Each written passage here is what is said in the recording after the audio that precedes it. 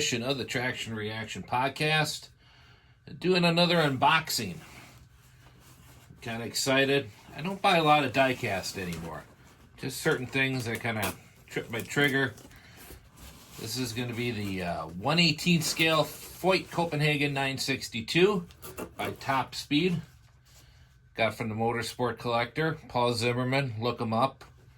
Good guy. He's been in the business for a while. Reparable. Very honest. And I saw this come out, and I was him-hawing about it for the last couple of years, or the last couple of months, and decided I was going to pull the trigger on it. So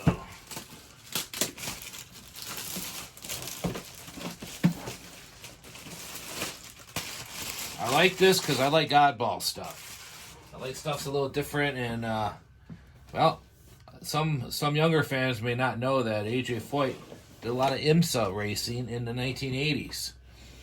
In fact, his last three major wins were all on the IMSA circuit, winning the 24 Hours of Daytona twice, 1985 and 83. Of course, 83 was the famous one with Bob Wallach.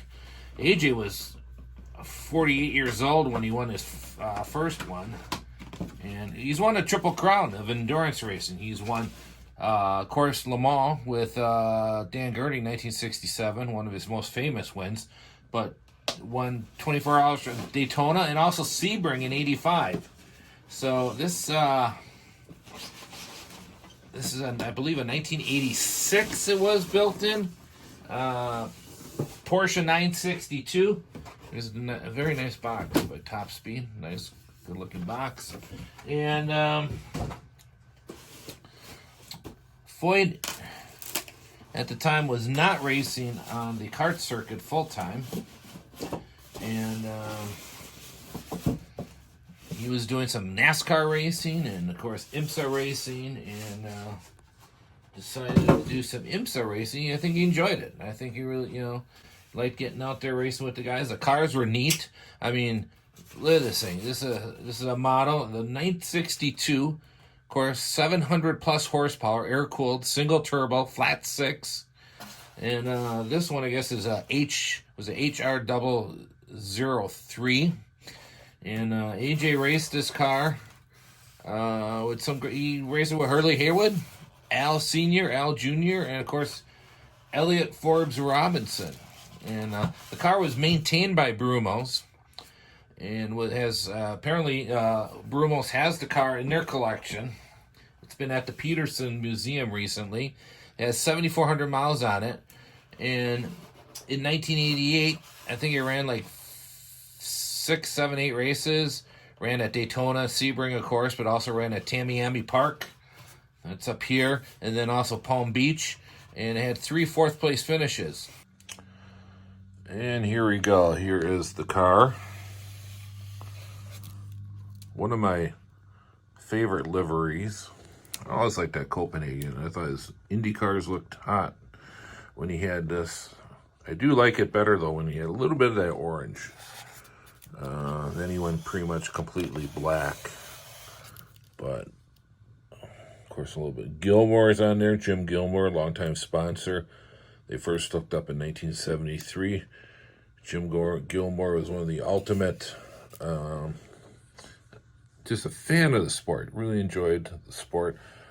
Nice job on those BBS wheels. Those BBS wheels were so sharp back in the day. And this was just, it's one of those situations.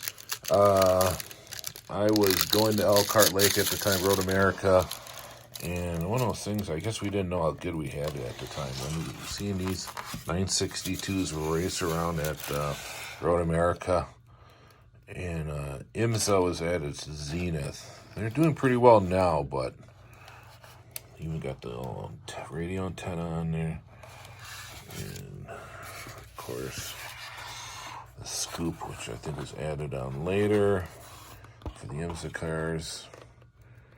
And nice job with the Hella headlamps. And I like it. This thing is sharp.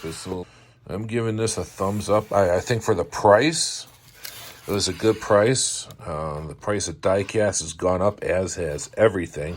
But I thought it was a pretty competitive price. Now, unfortunately for you, I got the last one that Paul had. So I'm glad I grabbed it when I did. But there's other ones out there. And just one of a few that are out there. And I think we're going to see more of these cars coming out. But for me, I wanted to get this one, round out my collection. And yeah, I'm happy I got it. Yeah, it's pretty cool. So I give it a thumbs up. Go online. And don't forget to check out the Motorsport Collector, motorsportcollector.com. He's got some neat stuff on there. He's been in the business for 30 plus years. Outlets will have this particular one, but I know he has other Porsche 962s and all sorts of stuff there. So he kind of focuses on the road racing stuff, but he's got IndyCar stuff in there, oval stuff, history, a lot of historical stuff, die-cast books, you name it, he's got it. So check out Paul. Tell him I said, hey. Thanks for watching the Traction Reaction Podcast. We appreciate it. Make sure to like the video and please subscribe to our videos. It does a lot to help out the channel. And we'll check you out next time. I'm Steve Zaki. Thanks for checking in.